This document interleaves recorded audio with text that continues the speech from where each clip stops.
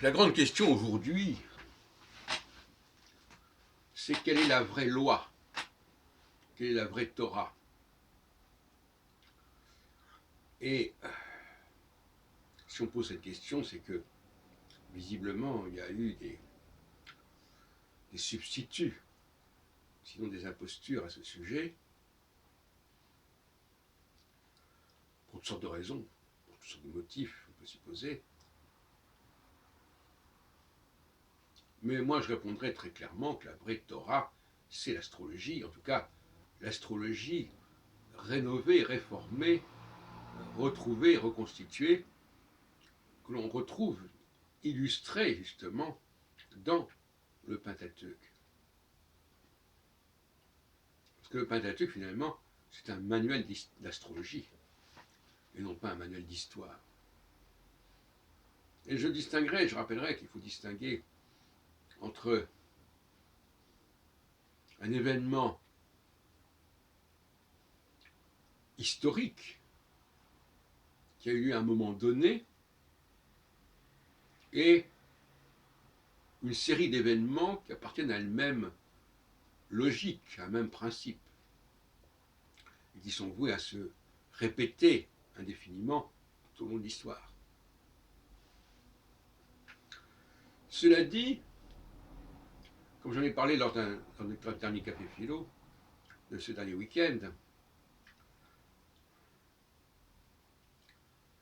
il y a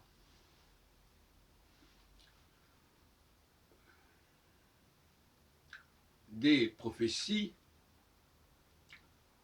qui ne font sens que dans leur contexte, dans un certain contexte historique et politique. Et il me paraît bien audacieux et problématique d'extraire ces prophéties de leur contexte historique. Par exemple, le monde prophétique de l'Ancien Testament ne peut se comprendre qu'à l'aune de ce qui s'est passé avant et après et pendant la captivité de Babylone, et notamment au lendemain de la mort de Salomon, ce qui aura eu pour résultat la formation de deux royaumes qui ne sont pas gênés pour s'attaquer mutuellement et se lancer mutuellement des anathèmes, et pour annoncer la victoire de leur camp, quitte à dire qu'un nouveau prophète va venir pour restaurer tout cela. Mais là, nous sommes dans la période, une période de plusieurs siècles avant l'avènement de Jésus. Et quand Boyarine nous dit que certaines choses étaient en attente, il nous abuse. Elles n'étaient pas en attente, ce sont des prophéties qui se sont accomplies à l'époque. Le royaume de Juda a été rétabli grâce à Cyrus, qui est d'ailleurs qualifié de Messie dans l'Ancien Testament, le oint du Seigneur, Mashiach.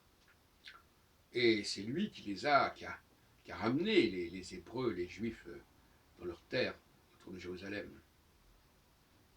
Et d'ailleurs, rappelons aussi que Moïse me fait penser un peu à Cyrus, finalement. C'est très ambigu, le rapport de Moïse à Israël.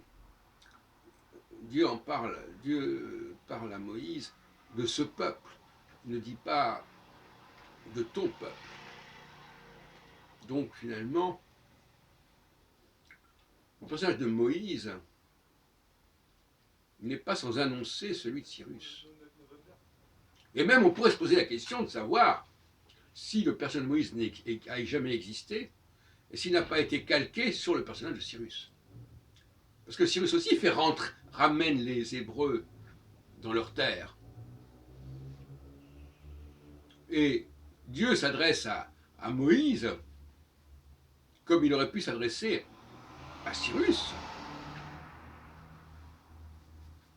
Voilà encore un exemple de montrer à quel point le Pentateuque est influencé par les écrits prophétiques beaucoup plus tardifs c'est une façon de parler, puisqu'en fin de compte, il en est plutôt la résultante que le précurseur.